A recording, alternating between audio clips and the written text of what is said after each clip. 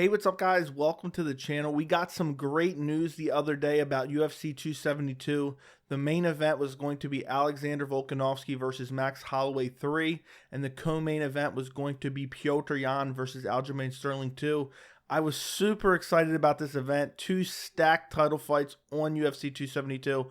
Well, unfortunately, 48 hours later, we find out Max Holloway has to pull out with an injury. So I wanted to make a video of who I think is most likely to fight Alexander Volkanovski next for the featherweight title.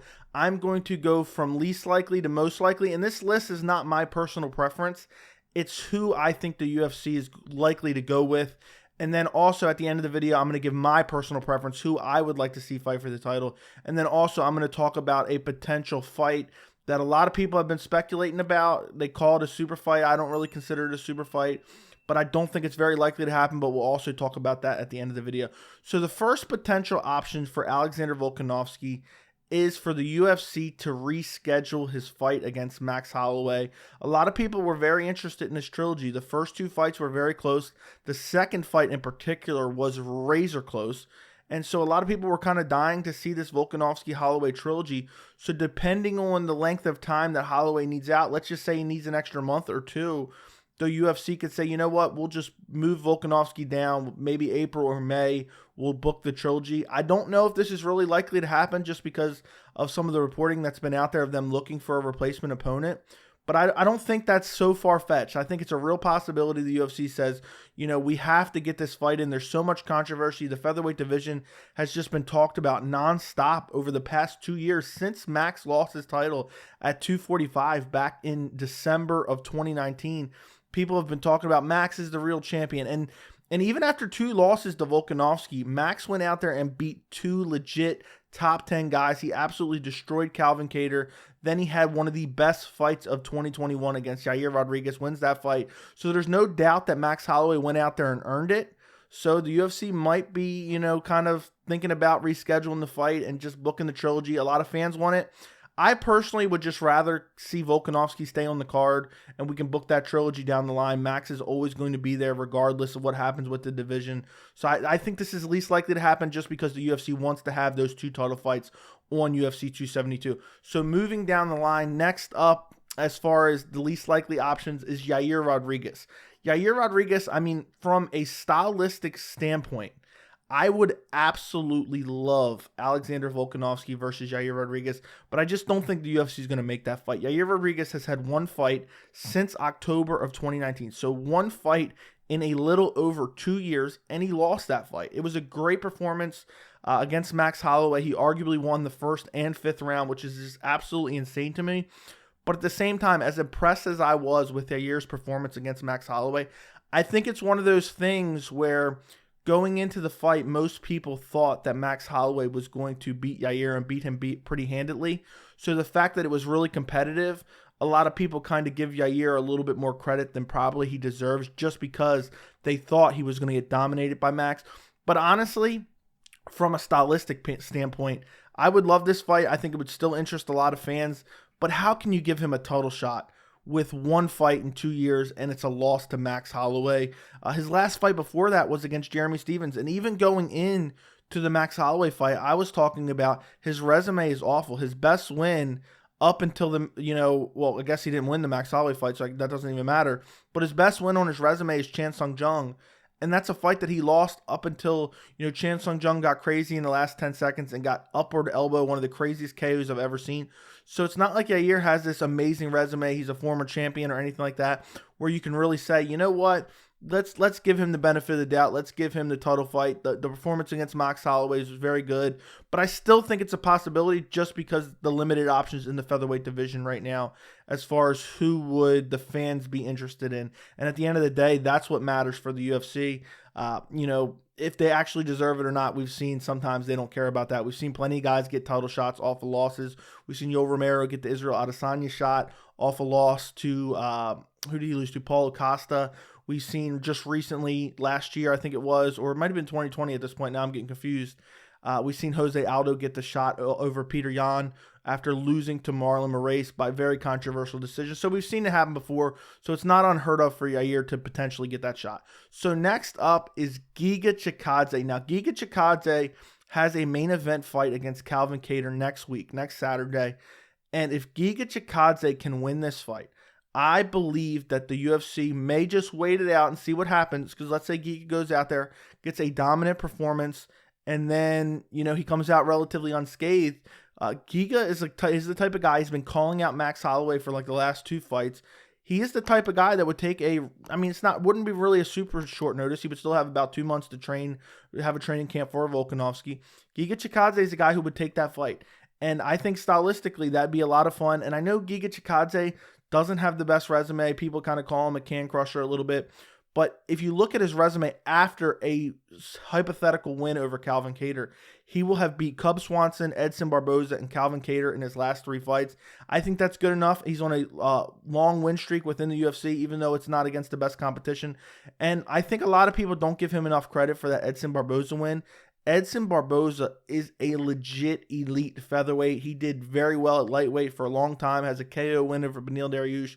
So for me, even though I thought the hype for Giga was a little bit, overrated, but after that win over Edson Barboza, I am very, very confident in Giga Chikadze's abilities, and I think he could be a legit #1 contender and a legit challenge to Alexander Volkanovski. And those 3 wins strung together, Edson Barboza, Cub Swanson, Edson Barboza, and then Calvin Kattar, I don't have a problem with him getting it.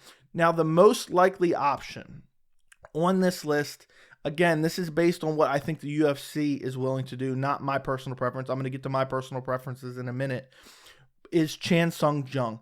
And the reason I say Chan Sung Jung, Volkanovski has been vocal asking for Chan Sung Jung. Chan Sung Jung is a fan favorite. I think he would draw in a lot of interest. It wouldn't be some crazy pay-per-view numbers or anything like that. But I think of all these matchups outside of Max Holloway, I think Chan Sung Jung has the most amount of fans. He's an elite featherweight, been an elite featherweight for a long time. Formerly fought for the featherweight belt against Jose Aldo a long, long time ago and injured his shoulder in a fight that he was losing.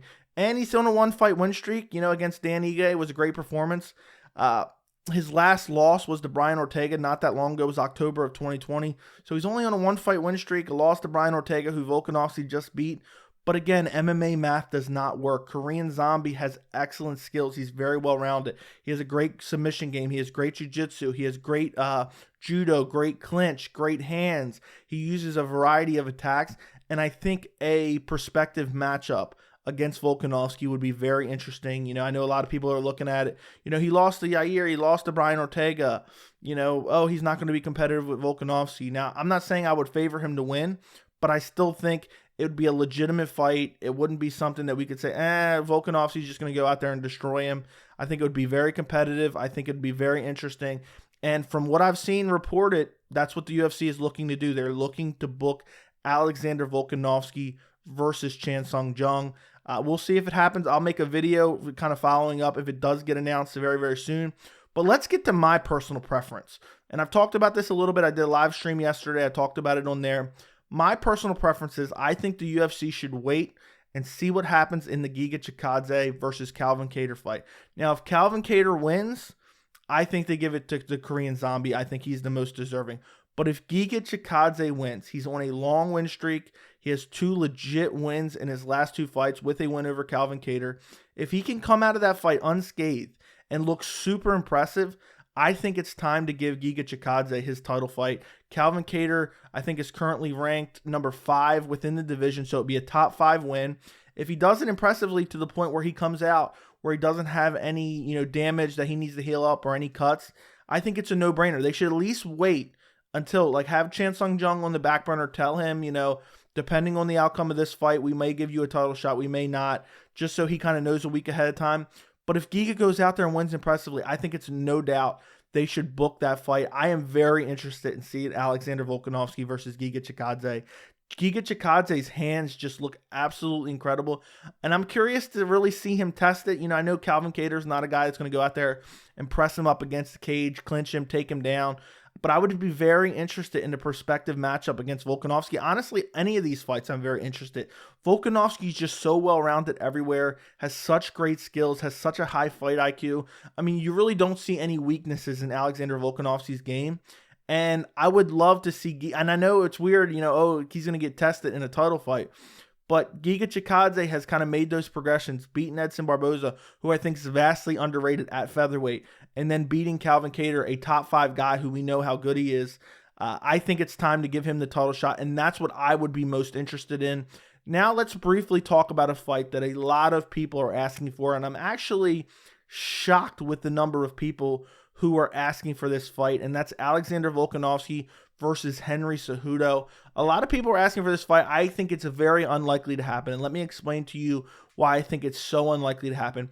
Henry Cejudo, when he retired, it was a negotiating tactic with the UFC. He was trying to negotiate a bigger deal. I think Henry Cejudo believes he's a bigger draw than he is. He does all these cringy antics, kind of, talk, and he thinks he's drawing in a lot of fans, which I don't believe he actually is.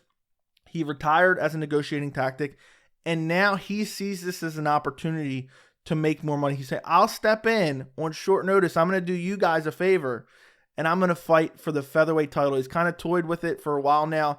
It seems like, for the last 2 years, for the most part, since he retired, he's been talking about, I want to be the first 3-weight champion. I want to fight Alexander Volkanovski. Now, I get some of you guys want to see this fight, but for me, I have limited to no interest in it unless it was the last possible option. Henry Cejudo has no chance against Alexander Volkanovski.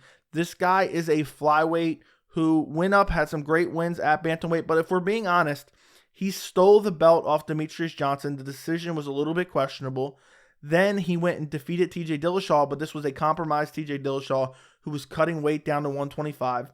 Then he gets a win over Marlon Moraes, which I know a lot of people try to do revisionist history on that. But Marlon Moraes, even though where he's been since then, at the time that was a quality win. But even within that fight, Henry Cejudo was losing up until Marlon really started to fade. And then he gets a win over Dominic Cruz, who was out for like 2 years with injuries, and then came back and took that fight on short notice. Actually, Henry Cejudo, a lot of people forget this, was supposed to make his first bantamweight title defense against Jose Aldo, but because of the whole pandemic, Jose Aldo couldn't make it to the country. Dominic Cruz said, I'll step in on short notice, and he did, and he ended up getting finished. So even when you look at Henry Cejudo's resume, people act like this guy is so great because he's a 2-weight champion. I just don't see it. And I don't see how a guy who fights at flyweight, is not that big of a bantamweight when he went up to bantamweight, is going to beat a guy like Alexander Volkanovski, who is so good everywhere. And this is coming from a guy, I picked Henry Cejudo to beat TJ Dillashaw. Not a lot of people were. I picked him to stop TJ Dillashaw. I know I didn't have a YouTube channel there, so I have no proof of that. But I'm just saying, it's not like I think Henry Cejudo is some type of bum. I just think he has absolutely no chance against Alexander Volkanovski, and that's why I have no interest in the fight. And also, the UFC isn't going to pay him what he's asking for to step in on this fight. He's going to, try to use the short notice and the moving up in weight as a negotiating, advantage for himself. And the UFC is just not going to have it, especially when they have all these other great options. Regardless, I think if Volkanovski does defend his title against any of these options, I think they will rebook the Max Holloway fight eventually, maybe late 2022. And, who knows? Max Holloway could hope for Volkanovski to lose the belt, and then the division is really shaken up. So we'll see. Let me know what you guys think in the comments. Which of these fights do you want? Don't forget to like the video if you enjoyed it, and thank you so much for watching.